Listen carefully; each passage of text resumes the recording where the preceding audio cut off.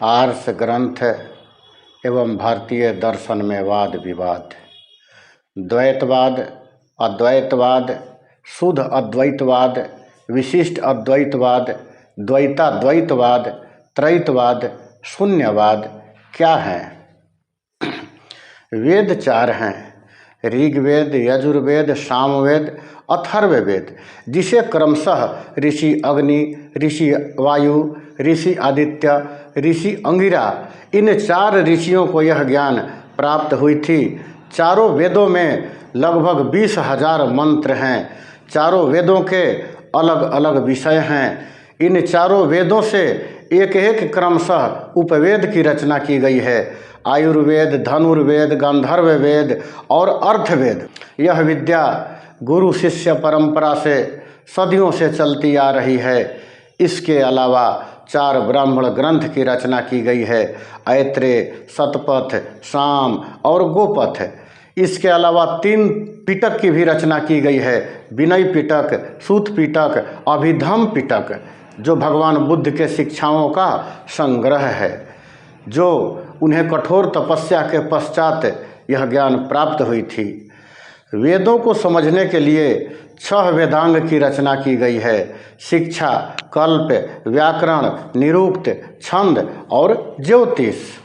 और 6 उपांग की भी रचना की गई है, जिन्हें हम वेदांत कहते हैं, जिन्हें हम दर्शन के नाम से जानते हैं। कौन कौन सा? मीमांसा, वैशेषिक, न्याय, योग, सांख्य और वेदांत, जिसे क्रमशः 6 ऋषियों ने रचना की है: जैमिनी, कणाद, गौतम, पतंजलि, कपिल और व्यास।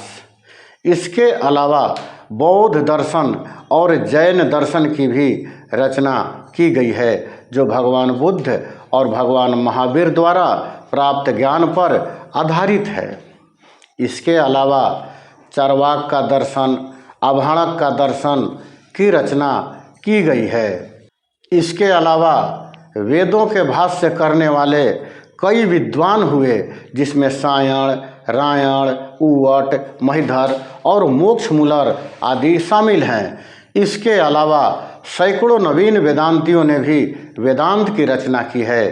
इसके अलावा 108 उपनिषदों की रचना की गई है, जिसमें से 10 उपनिषद मुख्य रूप से हैं: ईश, केन, कठ, प्रश्न, मुंडक, मांडुक्य, ऐत्रेय, तैत्तिरीय, छांदोग्य और बृहदारण्यक। इसके अलावा टीका, श्रुति, रामायण, महाभारत, गीता, मनुस्मृति आदि ग्रंथों की रचना की गई है। इसके अलावा 18 पुराणों की भी रचना की गई है: ब्रह्म पुराण, पद्म पुराण, विष्णु पुराण, शिव पुराण, भागवत पुराण, नारद पुराण, वायु पुराण, मार्कंडे पुराण, अग्नि पुराण, भविष्य पुराण, ब्रह्म वैवर्त पुराण, लिंग पुराण, वराह पुराण, स्कंद पुराण, वामन पुराण, कूर्म पुराण, मत्स्य पुराण, गरुड़ पुराण और ब्रह्मांड पुराण। इसके अलावा सैकड़ों दार्शनिकों के विचारों एवं ग्रंथों की रचना भी की गई है। इसके अलावा देवी भागवत पुराण, दुर्गा सप्तशती स्तोत्र की भी रचना की गई है। इसके अलावा ज्योतिष, फलित विद्या, तंत्र विद्या, वास्तु विद्या, हस्तरेखा विद्या आदि की भी रचना की गई है। इसके अलावा द्वैतवाद, अद्वैतवाद, विशिष्ट अद्वैतवाद, शून्यवाद आदि दर्शनों की भी रचना की गई है। इसके अलावा हजारों मत मतांतर, जैसे शैव मार्ग, शाक्त मार्ग, चोली मार्ग, बीज मार्ग, वैष्णव मार्ग आदि की भी रचना की गई है। इसके अलावा बीजक, गुरु ग्रंथ साहिब की भी रचना की गई है।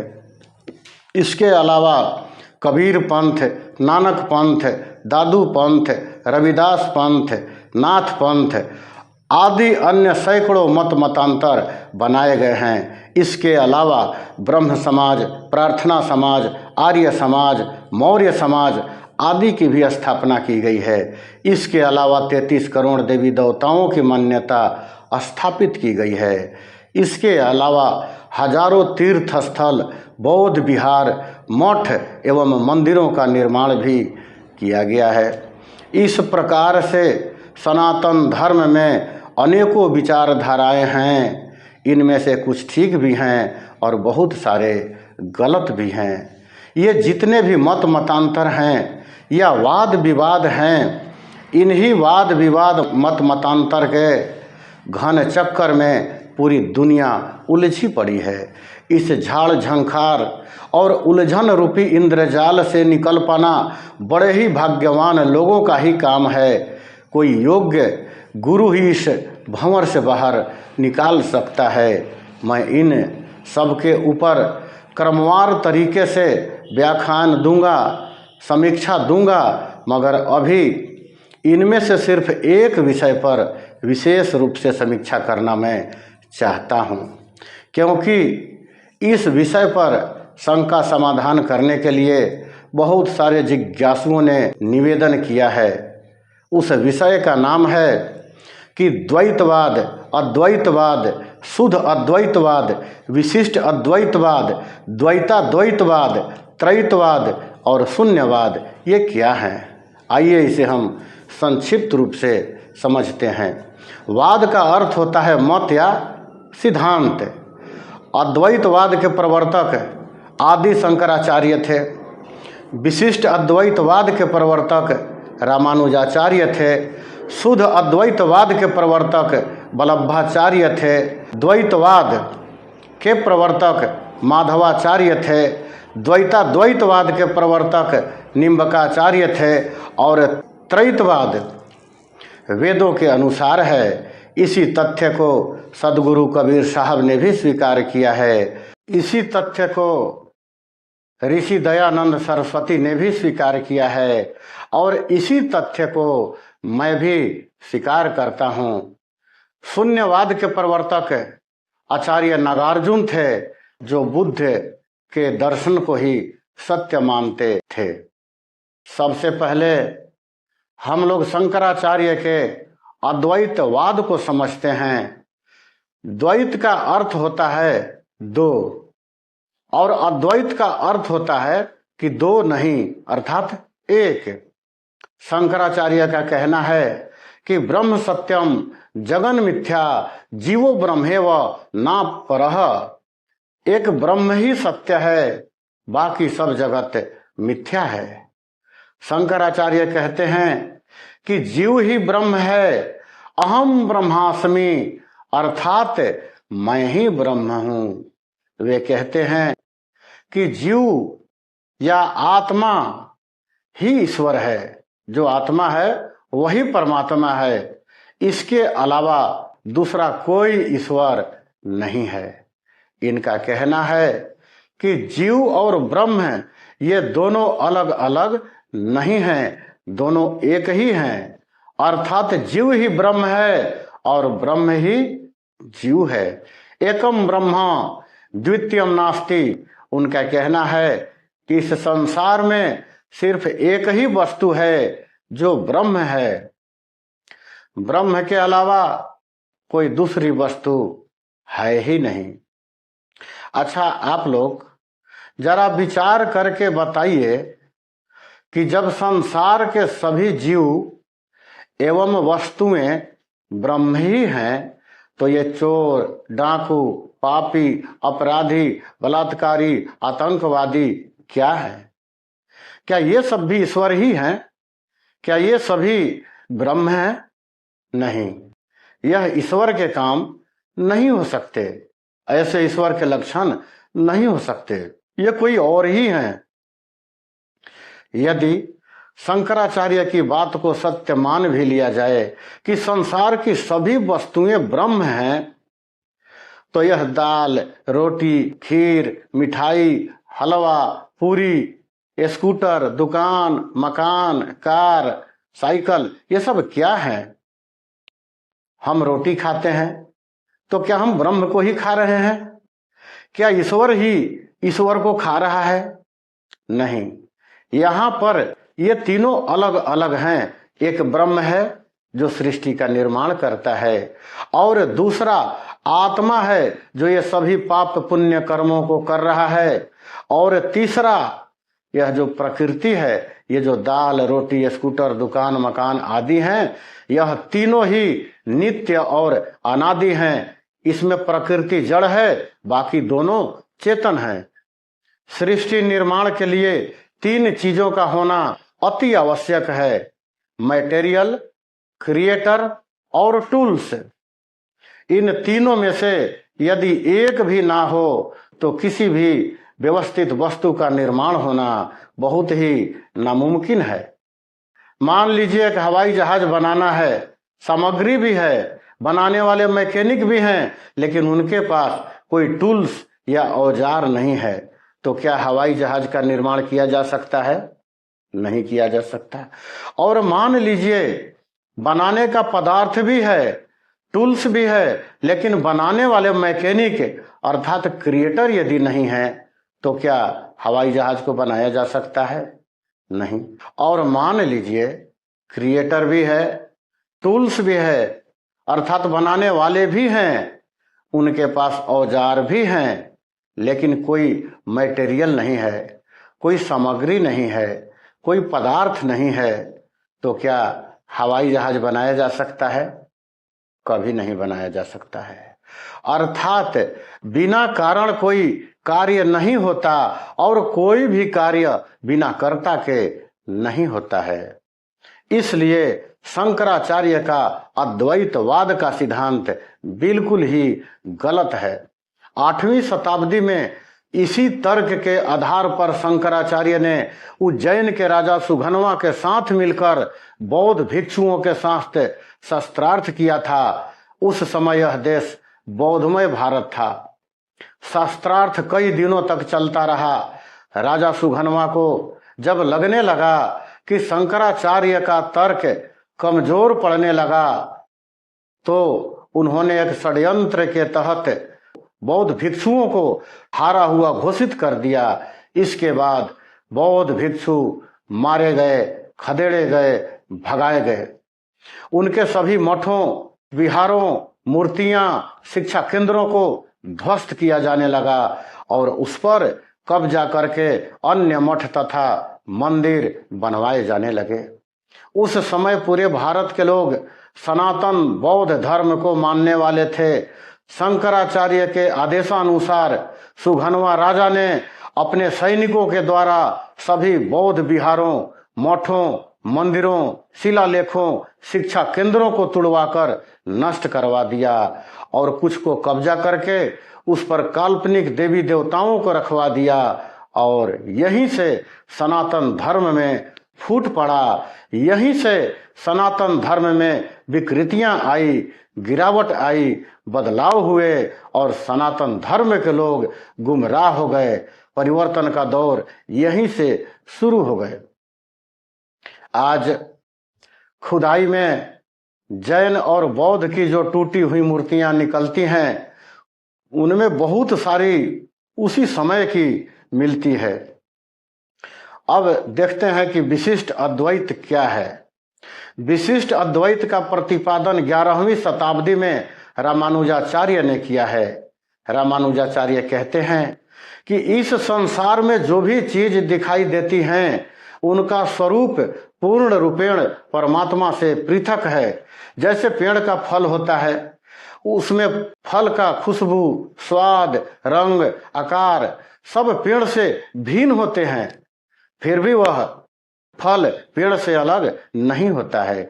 उसी प्रकार यह आत्मा भी परमात्मा से अलग होकर भी उससे अलग नहीं है।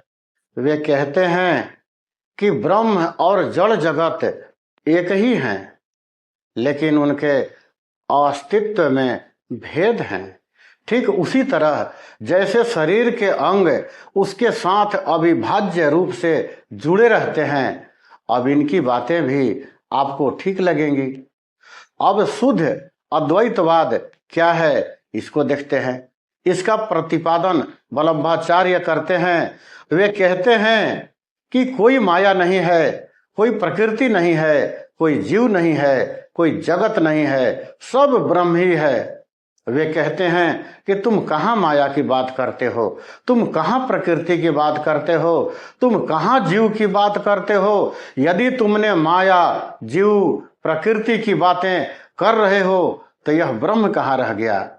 इसका मतलब ब्रह्म अलग और यह सभी माया आदि अलग हो गए। फिर अद्वैत कहाँ से रह गया। यह तो द्वैत वाली बात हो गई ना। उनका कहना है कि सब कुछ ब्रह्म है। माया, जीव, प्रकृति, ब्रह्म, इन्होंने सबको एक ही में मिला करके रख दिया और कहा कि यह शुद्ध अद्वैत है। अब बताओ इनमें कौन गलत दिखाई दे रहा है। कोई नहीं, सब तो ठीक ही दिखाई दे रहे हैं। लेकिन अब और उलझन पैदा हो गई कि इनमें अब कौन सही है और कौन गलत है। अब देखते हैं कि द्वैतवाद क्या है। द्वैतवाद का प्रतिपादन माधवाचार्य ने किया है। वे एक बहुत बड़े विद्वान माने जाते हैं। वे कहते हैं कि ब्रह्म अलग है, वह सर्वज्ञ सर्वशक्तिमान है, जगत का बनाने वाला भी वही है, मगर जीव पृथक है और उसके अधीन है। आत्मा को परमात्मा का अंश नहीं मानते हैं। यदि जीव मुक्ति भी प्राप्त कर ले तो भी वह ब्रह्म नहीं हो सकता है। जीव जीव रहेगा और ब्रह्म ब्रह्म ही रहेगा। आवागमन से जीव छूट सकता है मगर फिर भी वह ब्रह्म से पृथक ही रहेगा, ब्रह्म नहीं हो सकता है, ब्रह्म में मिल नहीं सकता है। जैसे एक कुम्हार मिट्टी से बर्तन बना रहा है, इसमें कुम्हार अलग है और मिट्टी अलग है। बनाने वाला और बनी हुई वस्तु कभी एक नहीं हो सकते। माधवाचार्य जी भी बहुत बड़े विद्वान हैं। अब उनकी बात को भी आपको माननी ही पड़ेगी। अब आपको और ज्यादा उलझन पैदा हो जाएगा कि अब हम किसकी बातों को सही माने और किसकी बातों को गलत माने। आइए अब देखते हैं कि द्वैतवाद क्या है। द्वैतवाद का प्रतिपादन निम्बकाचार्य जी करते हैं। वे कहते हैं कि वास्तव में सब कुछ परमात्मा ही है। वास्तव में सब कुछ परमात्मा ही है। संसार में जितनी भी वस्तुएं हैं उन सभी में परमात्मा ही व्याप्त है, लेकिन यह चीज परमात्मा से भिन्न है। संसार मिथ्या नहीं है, संसार एग्जिस्ट भी करता है, वह ब्रह्म से पृथक भी है, लेकिन अंत में जाकर वह ब्रह्म में ही मिल जाता है। इसलिए वह अद्वैत होते हुए भी द्वैत है और द्वैत होते हुए भी अद्वैत है।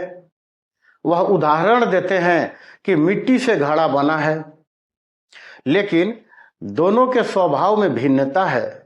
मिट्टी अलग है और घड़ा अलग है।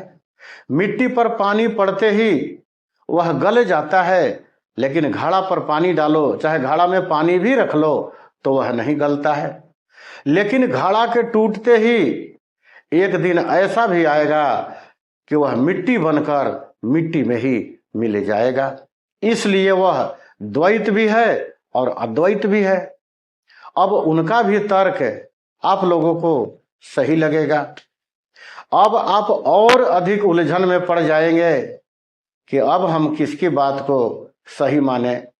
ये लोग राधा और कृष्णा को मोक्ष का सर्वोच्च साधन मानते हैं। अब देखते हैं कि ये त्रैतवाद क्या है। त्रैतवाद के सिद्धांत को वेद प्रतिपादित करता है।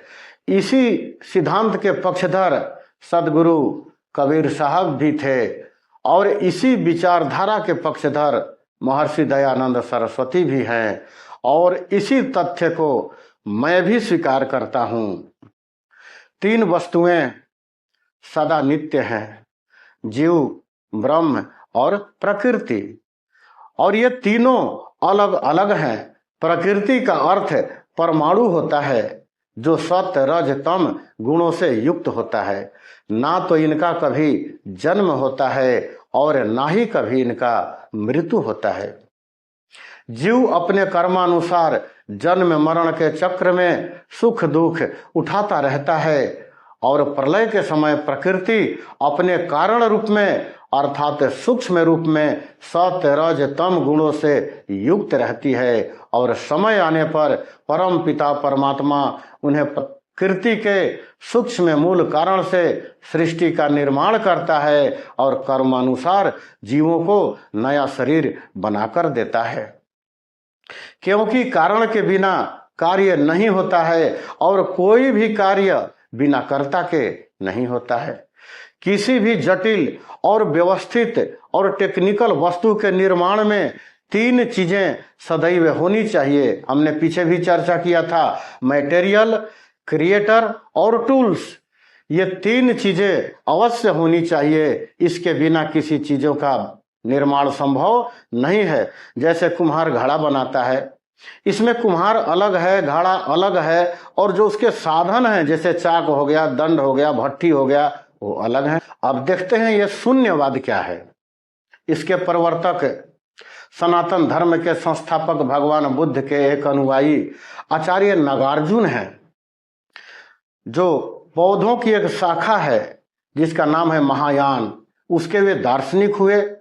उनके अनुसार संसार की कोई भी वस्तु स्वतंत्र है ही नहीं, सभी वस्तुएं परस्पर एक दूसरे पर निर्भर हैं और उनका अपना कोई अस्थायी अस्तित्व नहीं है। जब हम उपासना करते हैं तो शरीर एवं संसार के सभी वस्तुएं एक समय ऐसा आता है कि सूक्ष्म होते होते परमाणुओं में परिवर्तित हो जाता है। उन्होंने कहा कि यदि शून्य को शून्य से विभाजित किया जाए तो उसका परिणाम शून्य ही होता है। अपने आप में विभाजित होकर भी वह परिवर्तित नहीं होता है। किसी अन्य संख्या से विभाजित करने पर भी भागफल शून्य ही होता है।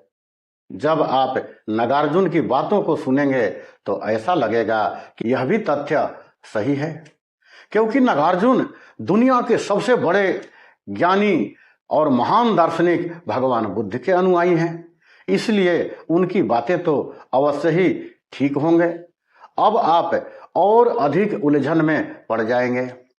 अब आप इस वाद और विवाद के इस चक्रव्यूह में ऐसे उलझ जाएंगे कि स्वयं ही वाद विवाद के हिस्से बन जाएंगे।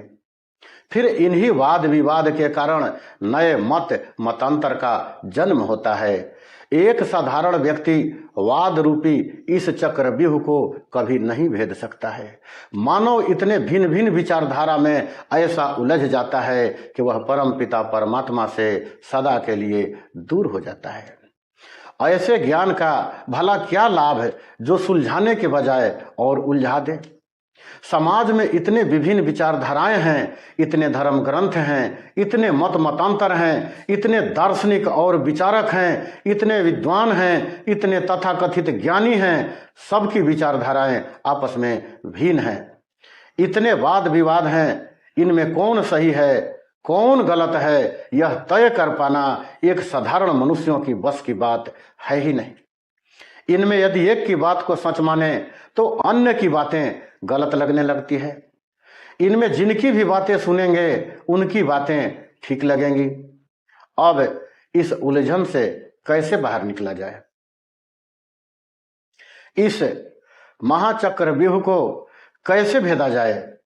इस चक्रव्यूह रहस्य को भेदने का सिर्फ एक ही मार्ग है, ब्रह्म विद्या परमानंद मार्ग। क्योंकि आत्म साक्षात्कार और ब्रह्म साक्षात्कार किए बगैर उसे भेद पाना, उस रहस्य को जान पाना संभव नहीं है, जो सिर्फ ब्रह्मनिष्ठ सद्गुरु द्वारा ही संभव हो सकता है, अन्य किसी माध्यम से नहीं हो सकता है।